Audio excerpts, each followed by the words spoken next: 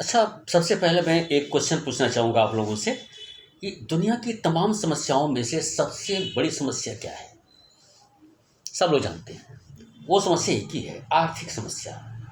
मतलब आप अपना खर्च कैसे चलाएँगे, अपने परिवार का खर्च कैसे चलाएँगे, ये चिंता आए दिन आपको सताती रहती है। ये बहुत बड़ी समस्या है। अब सॉल्यूशन क्या निकलता है? सॉल्यूशन ये निकलता है कि सभी लोग अपने बच्चों को पढ़ाने में लगे रहते हैं और शुरू से ही। ये कोई आज की बात नहीं है, लंबे समय से। क्यों पढ़ाते हैं? तो उनके मन में एक धारणा है और जो सही भी है कि पढ़ के बच्चा काबिल हो जाएगा, जिसकी वजह से उसको सरकारी नौकरी मिलेगी। हम विशेष रूप से भारत के कंसर्न में हम बात करते हैं, बाकी देशों को अभी छोड़ते हैं, विशेष रूप से विकासशील देशों की बात करते हैं। चलिए ठीक है। तो ये एक निदान है, लेकिन आप अनुमान लगाइए कि जितनी भी जनसंख्या है हमारे यहाँ नवयुवकों का, जो काम करने योग्य हैं, यानी जिनका उम्र 16 साल या उससे अधिक हो चुका है, पढ़ लिख करके सरकारी नौकरी प्राप्त करने वालों की संख्या कितनी है आप अनुमान लगा सकते हैं। और ये आंकड़ा कहीं से भी कलेक्ट कर सकते हैं, जो बहुत ही कम है। तो बाकी के लोगों का भविष्य क्या है? बाकी के लोग क्या करेंगे? तो बाकी के लोग, सभी लोग, अधिकांशतः लोग किसी न किसी तरह से उसी में लगे रहते हैं। अधिकांशतः अपने जीवन का मैक्सिमम टाइम, मैक्सिमम वर्ष सरकारी नौकरी ढूंढने में लगा देते हैं। उसके बाद का जो समय बचता है, उसमें अधिकांशतः उनका फ्रस्ट्रेशन रहता है, अवसाद रहता है, और लोक लिहाज के वजह से कुछ न कुछ करते रहते हैं और बस जीवित रहते हैं। अब इसे हम जीविकोपार्जन तो नहीं कहेंगे। ऐसा क्यों? भाई, आपको जिंदगी एक बार मिली है, 2 बार मिलेगी कि नहीं, आज तक किसी ने चिट्ठी लिख के नहीं भेजा मरने के बाद। तो फिर जिंदगी एक बार मिली है, तो इस ढंग से निराश होकर के जिंदगी जीने का क्या मतलब है? तो आज हम बात करेंगे विशेष रूप से कि बिना सरकारी नौकरी के भी आप बेहतरीन काम कर सकते हैं और कई लोगों को आप काम भी दे सकते हैं।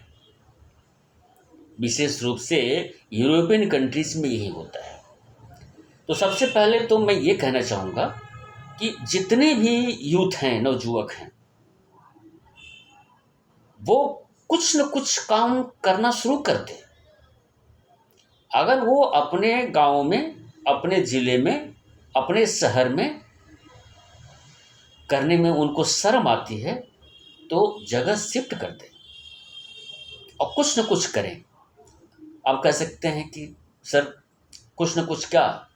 अब ये तो कहने की आवश्यकता नहीं है कि मार्केट में आपके लिए जिन जिन चीज़ों की आवश्यकता है, जो आप खरीदते हैं, उसमें से जो आप कर सकते हैं, जिसको करने में आपका मन लगे, उस काम को शुरू करिए।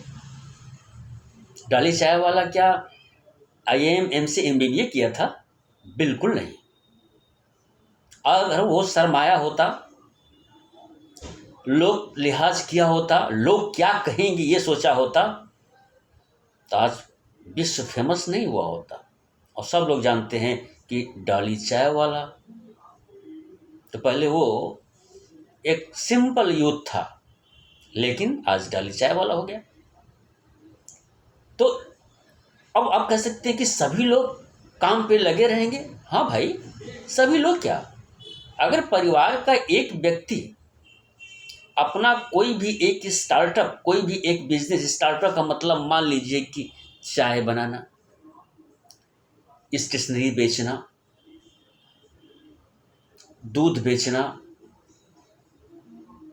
कुछ भी जिस चीज़ की आवश्यकता है आप उसको शुरू कर दीजिए। और ये सोचिए मत, हाँ, उनमें से किन किन सामान पर आप काम करेंगे, किन किन गुड्स का प्रोडक्शन करिए, चाहे सेल करिए, दोनों में से कोई जरूर करिए। तो आप जानते हैं कि आप जिस इलाके में जा रहे हैं या जहाँ हैं वहाँ उनको क्या क्या चाहिए, इतना तो सामान्य ज्ञान है। तो ऐसे कंडीशन में आप एक सिंपल सा छोटा सा अमाउंट खर्च करिए, जिससे रिस्क कहते हैं। आप कह सकते हैं कि खाने को दाना नहीं, इससे रिस्क कहाँ से ले। तो मैंने कहा छोटा सा, बिल्कुल छोटा सा। अगर चाय बनाने के लिए एक भगोना खरीद लीजिए, 1/2 लीटर दूध खरीद लीजिए, 100 ग्राम चाय की पत्ती खरीद लीजिए, 100 ग्राम चीनी खरीद लीजिए, जिस चीज़ से चाय बनती है वो खरीद लीजिए, एक स्टोव ले लीजिए, काम शुरू कर दीजिए ना। आप कह सकते हैं कौन क्या कहेगा। अब ये सब सोचेंगे ना, तब तो आप ऐसे ही रह जाएंगे। इसलिए मैंने कहा कि ये सब अगर सोचने का, अगर ये आपके काम में बाधा आ रहा है तो जगह शिफ्ट कर दीजिए, लेकिन काम शुरू करिए। जानते हैं क्या होगा, जहाँ जीरो है वहाँ करते करते करते आगे बढ़ते जाएंगे। आप देखे होंगे अपने गांव मोहल्ले में भी, शहर में भी, बहुत लोग इस कोरोना टाइम पीरियड में छोटा सा काम शुरू किया, आज कितना बड़ा हो चुका है। और उसी के माध्यम से आपका पूरा परिवार उसमें इन्वॉल्व रहेगा। आप कह सकते हैं चाय की दुकान, अरे भाई जब उसी में बेहतरीन ढंग से आप काम करने लगेंगे तो बहुत ही हाई फाई हो जाएगा। आप कारपोरेट सेक्टर में गिनती करने योग्य हो जाएंगे। छोटे काम से ही ना बड़ा काम होता है। कबाड़ वाला पहले छोटा छोटा कबाड़ बुनता है और उसको बेचता है और फिर बड़ा अड़तिया हो जाता है। लोग कहते हैं कि अरे बहुत बड़ा स्क्रैप का काम है उसका। अब इससे क्या होता है कि आपको नौकरी ढूंढने की जरूरत नहीं पड़ेगी, बल्कि 2-4 लोगों को आप काम पर लगा सकते हैं। लोग लगाते हैं। इसके 2 फायदे होंगे। पहला फायदा जी, आपकी रोज की जीविका के लिए जो कुछ भी आवश्यक सामान चाहिए वो तो आपको इस काम से मिलता रहेगा, तो आप चिंता से दूर रहेंगे। दूसरा, जब आप काम को आगे बढ़ाना चाहेंगे तो ऐसे कंडीशन में आपको और लोगों की ज़रूरत पड़ेगी, तो और लोगों को भी आप काम दे सकते हैं। मैक्सिमम डेवलप्ड कंट्रीज में यही काम होता है। इस ढंग से आपकी आत्मनिर्भरता बढ़ जाएगी। नहीं, आप अपने ऊपर निर्भर रहेंगे, सरकारी नौकरी के ऊपर निर्भर नहीं रहेंगे। पूरी ज़िंदगी आप सरकारी नौकरी में नहीं बिता देंगे और फिर फ्रस्ट्रेशन में जिएंगे। अब एक बात और हम कहना चाहेंगे कि इससे पहले मैंने एक पॉइंट उठाया था कि चाहे वो जिस तबके के लोग हों, सबसे पहले अपने बच्चों को स्कूल भेजते हैं ताकि वो पढ़ के वो सरकारी नौकरी प्राप्त करे। प्राइवेट नौकरी नहीं, सरकारी नौकरी प्राप्त करे। चलिए ठीक है, पढ़ना बहुत ज़रूरी है। पढ़ने का मतलब होता है दक्षता प्राप्त करना। तो मैं एक और सुझाव दूंगा स्कूल वालों को कि आप जब भी पढ़ाई करा रहे हैं तो उस समय अपने क्षेत्र के सबसे छोटे छोटे जो कारोबारी होते हैं, जिसको सो कॉल्ड स्टार्टअप कहते हैं, जो निम्न स्तर से अपना काम छोटे से अमाउंट से किया है, उसको कभी न कभी बच्चों के क्लास के हर सेक्शन में बुलाइए, जिस समय विशेष रूप से इकोनॉमिक्स की पढ़ाई की जाती हो, और उस समय किसी भी चैप्टर के माध्यम से उसको बुला करके और उसे इंट्रोड्यूस कराइए और उसको बोलिए केवल कि कोई फार्मूला नहीं, क्योंकि फार्मूला नहीं जानता है, लेकिन व्यवहारिक अर्थशास्त्र का पूरा उसको ज्ञान है। जब वो बताने लगेगा कि कैसे मैं एक छोटी सी केतली से 10 कप चाय बना करके आज मैं डाली चाय वाला हो गया, तो लोगों के अंदर हिम्मत बढ़ेगी, लोगों के अंदर आत्मविश्वास बढ़ेगा। लोग डर के नहीं पढ़ेंगे कि अगर सरकारी नौकरी नहीं मिली तो लोग रुचि लेकर के अपने आप सरकारी नौकर बनने की बजाय अपना खुद का मालिक बनने के लिए उत्साहित रहेंगे हमेशा, और बिना फ्रस्ट्रेटेड, बिना निराश हुए अपना काम आगे बढ़ाएंगे। और पेरेंट्स के ऊपर बोझ भी नहीं बनेंगे, और पेरेंट्स को चिंता भी नहीं होगी। अपने आप वो आएगा और बोलेगा कि अब देखिए सरकारी नौकरी में बहुत दिन तक हमें इंतजार नहीं करेंगे, हमने 10 पास कर लिया, हमने 12 पास कर लिया, हमने ग्रेजुएशन कर लिया, वो अपना काम शुरू करेंगे। इसका मतलब कि मुझे सामाजिक जानकारी हो गई, बहुत से विषयों पर भी जानकारी हो गई, उसका हम इस्तेमाल करेंगे अपने उस काम में।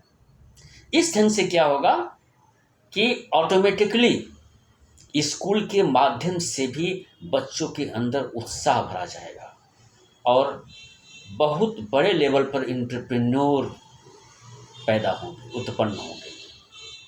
देश विकास करेगा और साथ ही साथ जितने समाज में रेस्टलेस है, हर जगह जो बुराइयां हैं उसके पीछे वही बेरोजगारी जिसको कहते हैं, जो खुद हम बनाए रखे हुए हैं, जब वो दूर हो जाएगा स्वतः से, हम दूसरे का गुलाम क्यों बने? क्या गुलामी में कहीं भी आपको सुख मिलेगा? गुलाम शब्द से ही आपको पता है कोई सुख नहीं, और वास्तव में सुख नहीं मिलता है, तो उसे अपनाना क्यों? एक समस्या है भाई, एक बात तो हम कहेंगे कि किसी भी काम को करने में समस्या तो आएगी ही आएगी, और बहुत बड़ा अगर काम करना चाहते हैं, मालिक बनना चाहते हैं, तो और बड़ी समस्या आएगी। इसके लिए आपके पास थोड़ा धैर्य होना चाहिए, थोड़ा उतार चढ़ाव आएगा। अब धैर्य कैसे? इसमें दो काम केवल करिए आप, ईमानदारी से आप अपना काम करिए। यानी अगर किसी गुड्स के प्रोडक्शन में लगे हुए हैं तो क्वालिटेटिव प्रोडक्शन करिए, गुणात्मक प्रोडक्शन करिए। अगर उस सेल में लगे हुए हैं तो ईमानदारी से सेल करिए, जिसकी वजह से आपकी साख बढ़ेगी मार्केट में, आपके ऊपर लोग भरोसा करेंगे और जिस गुड्स को आप बेचेंगे उसकी डिमांड बढ़ेगी। शॉर्टकट तरीका अपना करके तत्काल पैसा कमाने के चक्कर में पड़ेंगे तो आप कहीं के नहीं रहेंगे। और ईमानदारी से लंबे समय तक अगर चलना चाहते हैं तो आप ईमानदारी से काम करिए, ऑटोमेटिकली आप ही नहीं, आपकी कई पीढ़ियां उस बिजनेस को आगे लेके चलेंगी।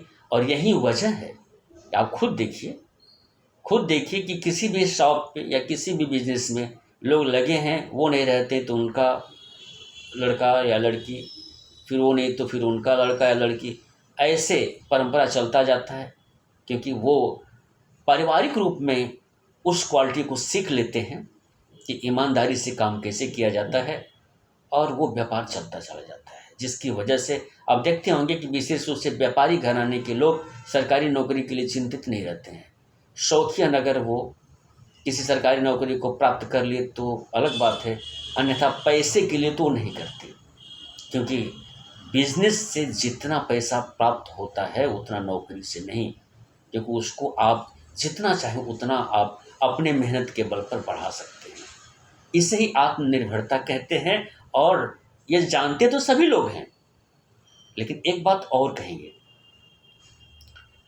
ये वैज्ञानिक बात है कि जानते हैं, आप जैसा सोचेंगे, आप जैसा विचार करेंगे, प्रकृति भी आपको वैसे ही सपोर्ट करेगी। यदि आप ये कहते हैं कि मैं मजबूत हूँ, मैं लोगों से डरूंगा नहीं, और मैं कोई भी बिजनेस, कोई भी काम करूंगा, गलत चोरी तो कर ही रहा हूँ, मैं चाय ही बनाऊंगा तो अच्छे से बनाऊंगा, एक बहुत बड़ा मैं चाय वाला बनूंगा, बड़े लंबे स्तर पे, और मैं एक उद्योगपति बन जाऊंगा, और इसमें अधिकांशतः लोगों को मैं नौकरी दूंगा। प्रकृति भी आपके इस काम में सहयोग करेगी। और यहीं पर दूसरी तरफ आप नकारात्मक सोचने लगिए, पता नहीं चले न चले, पता नहीं चाय अच्छी बने या न बने, पता नहीं बिक्री हो या न हो। इस तरह से नकारात्मक दुविधाजनक आप यदि सोच रखेंगे तो प्रकृति भी इसी सोच में सपोर्ट करेगी। तो इस सुझाव के साथ कि आप सकारात्मक सोच रखिए, तो प्रकृति यानी भगवान भी आपको सपोर्ट करेगा। इसे ही भगवान कहते हैं। आज इतना ही, धन्यवाद।